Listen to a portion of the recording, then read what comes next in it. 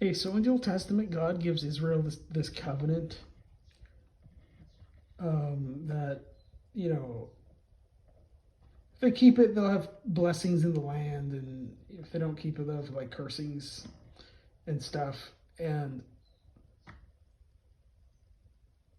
you know, not from this community, but I have ran into people on YouTube that think that like these curses for disobedience and blessings of obedience and stuff in Deuteronomy 27:28.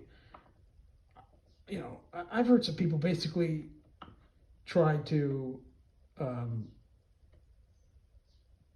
apply that to their Gentile country, and they usually apply it to the United States. Okay, and so look, let me just point out right after uh,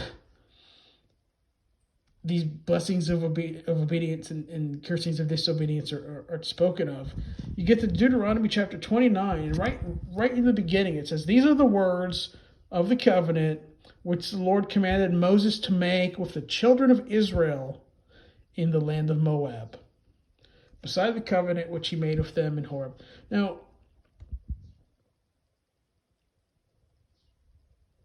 so you may be asking me, Nicholas, why, even though it's like so obvious that this was directed to Israel? I mean, even if you just, go back a few chapters, talk about it, Moses with the elders of Israel, Israel. Why would anybody think this isn't talking about, the nation of Israel? Well, because people believe in replacement theology. And so when they go back in the Old Testament and they look at this stuff, they basically think it's talking about them. Okay? And look, the church is not Israel. The United States isn't even the church, and it's also not Israel. Okay? And I feel like I have to put this out there because there was all this, stuff about people trying to teach that we're under the new covenant because a lot of people think that the church is Israel. Like, that's primarily why a lot of people taught that.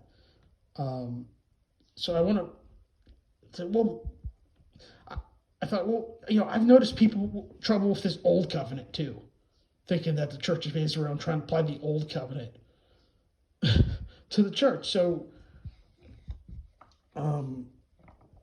this is just me pointing it out. Look, the old covenant was for Israel, and the new covenant's also going to be for Israel.